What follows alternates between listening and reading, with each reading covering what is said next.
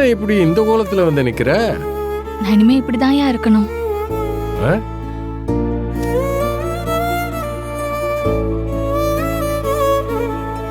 என்னம்மா சொல்ற?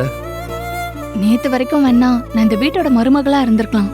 ஆனா எப்ப எனக்கு விவாகரத்தாச்சோ அப்ப இருந்து பழையபடி நான் இந்த வீட்டுல வேலை செய்யறவதாங்கய்யா. இந்த வீட்டுல வேலை செய்யறவனா இப்படிதான் இருக்கணும்.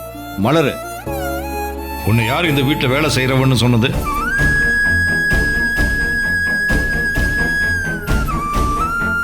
இங்க பாரு மலரே, நீ போஸோட சேர்ந்து வாழல, அது இப்ப விஷயமே இல்ல.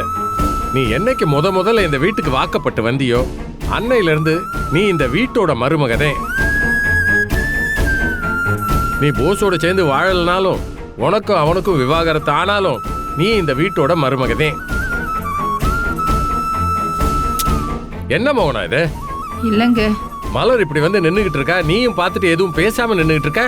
நான் எவ்வளவோ எடுத்து சொன்னேங்க, அவ தான் கேட்காம பெட்டிக்குள்ள இருந்த பழைய ட்ரெஸ் எல்லாம் எடுத்து போட்டுக்கிட்டு நான் இப்படியே இருந்துக்கிறேன்னு சொல்றாங்க.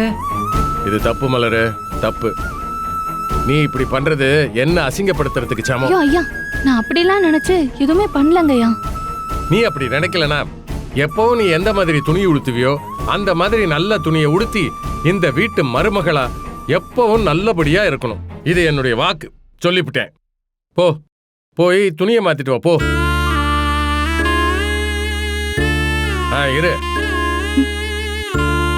உனக்கு ஒரு நல்ல வாழ்க்கை துணையை பார்த்து ஒரு நல்ல வாழ்க்கையை ஏற்படுத்தி கொடுக்க வேண்டியது என்னுடைய பொறுப்பு. அது வரைக்கும் எனக்கு கொஞ்சம் அவகாசம் கொடு. இல்லங்கய்யா, எனக்கு இன்னொரு வாழ்க்கைங்கிறது வேண்டாங்கய்யா.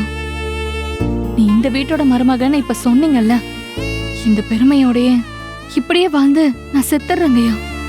அதான் எனக்கு சந்தோஷமே தவிர எனக்கு இன்னொரு வாழ்க்கையெல்லாம் வேண்டாங்கய்யா. நீங்க சொன்ன வார்த்தைக்கு இந்த குடும்பத்துக்கு நான் எப்பவுமே கடமைப்பட்டிருப்பேன்.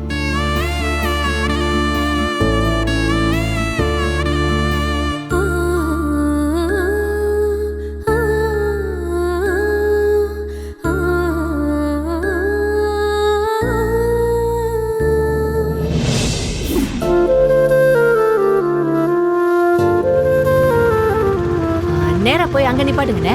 சரிம்மா.